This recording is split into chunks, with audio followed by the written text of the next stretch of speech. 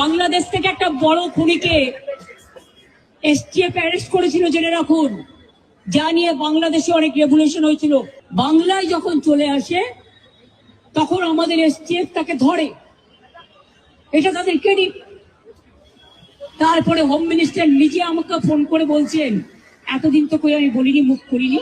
বিধানসভা নির্বাচনে পরাজয়ের প্রায় 1 মাস পর ভারতের পশ্চিমবঙ্গের সাবেক মুখ্যমন্ত্রী তৃণমূল কংগ্রেসের সভানেত্রী মমতা বন্দ্যোপাধ্যায় মঙ্গলবার প্রথম রাজনৈতিক কর্মসূচিতে এমন বিস্ফোরক মন্তব্য করেন। নাম প্রকাশ না করে তিনি বাংলাদেশের ইনকিলাব মঞ্চের মুখপাত্র ওসমান হাদির হত্যার প্রসঙ্গ টেনে তিনি এ মন্তব্য করেন। এ নিয়ে চলছে নানা আলোচনা সমালোচনা। বুধবার এ নিয়ে পররাষ্ট্র মন্ত্রণালয়ের মন্তব্য জানতে চাইলে প্রতিমন্ত্রী শামা ওবায়দ জানান, হাদির হত্যাকারীদের ফিরিয়ে আনার বিষয়ে বেশ অগ্রগতি হয়েছে। এ নিয়ে দিল্লির সঙ্গে সরাসরি যোগাযোগ করছে ঢাকা।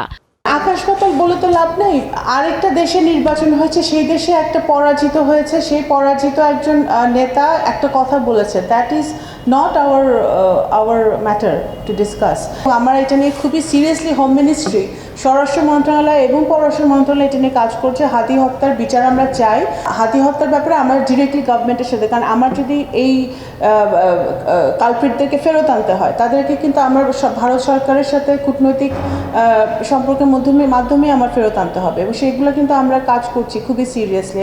মঙ্গলবার দুপুরে বান্দরবানের নাইক্ষ্যংছড়ি উপজেলার ঘুমধুম সীমান্ত এলাকায় পরিত্যক্ত মর্টার সেল বিস্ফোরণে এক শিশু নিহতের ঘটনা খতিয়ে দেখার কথাও জানান তিনি। ঘটনা অত্যন্ত দুঃখজনক। এখানে কি ঘটেছে এটা আমরা খতিয়ে দেখব। অবশ্যই মিয়ানমার সরকারের সাথে আমরা যোগাযোগ করব। প্রধানমন্ত্রী তারেক রহমানের প্রথম বিদেশ সফর নিয়ে জানতে চাইলে প্রতিমন্ত্রী বলেন, বেশ কয়েকটি দেশ থেকে সফরের আমন্ত্রণ এসেছে। এ বিষয়ে সিদ্ধান্ত নেবেন প্রধানমন্ত্রী। বহু দেশ থেকে দাওয়াত এসছে, এখন it is prime ministers decision, উনি কিভাবে, কখন, কোন সময়, কোন দেশ দিয়ে শুরু করবেন। এটা অনেক দেশ থেকে দাওয়াত এসছে। জাতিসংঘের সাধারণ পরিষদের 81তম অধিবেশনের সভাপতি নির্বাচিত হয় পররাষ্ট্রমন্ত্রী খলিলুর রহমানের বিজয় বাংলাদেশের বিজয় বলে মন্তব্য করেন পররাষ্ট্র প্রতিমন্ত্রী।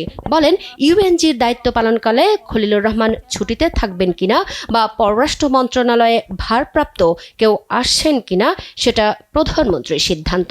ওনার দূরদর্শিতা। মুক্তা মাহমুদ, দেশ টিভি, ঢাকা। বাংলাদেশের জন্য এটি একটি বিশাল